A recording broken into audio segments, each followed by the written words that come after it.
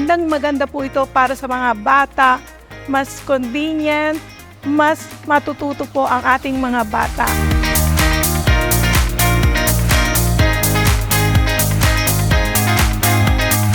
Makatutulong po to sa pag-aaral ko dahil ang mga libro po ang pinagkukuhanan po natin ng mga kaalaman o impormasyon po na reliable. Ang Learning Center po ay may maraming libro na pwede akong matulungan.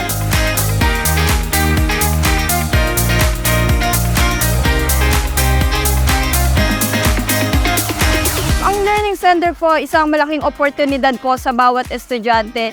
And especially sa school po namin na parang piling-pili lang po yung mga school na mabibigyan po ng ganitong facilities. This is the first opportunity for them to have this kind of a role. This particular kind of classroom would, I think and I hope, it would set a new horizon of dreaming something to come true.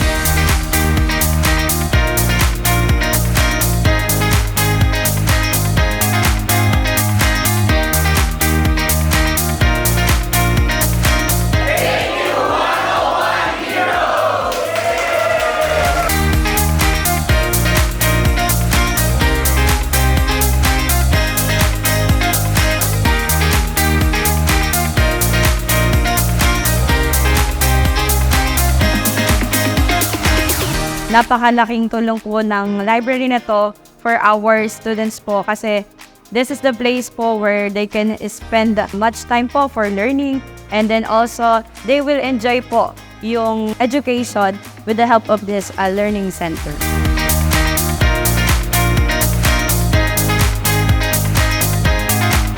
Ito po ay napakalaking tulong para sa aming lahat upang higit na matuto ang aming mga mag-aaral. Asahan niyo po na ang Learning Center na ito ay gagamitin po namin at susulitin po namin para sa pagkakamit ng isang bansang makabata at batang makabansa.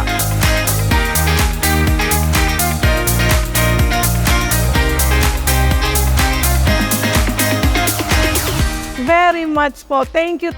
At nagkaroon po kami ng pagkakataon na mabiyayaan mula sa inyo, mula sa 101 Heroes. Maraming salamat po sa bumubuo ng 101 Heroes sa ganitong klaseng oportunidad na inibibigay niyo sa mga kabataan. Thank you so much po to all our donors and we hope po marami pa pong mga blessings ang dumating sa inyo at lahat po kami dito sa aming paaralan ay nagpapasalamat po. Malaking pasasalamat po para po sa inyong mga donors namin. Thank you po.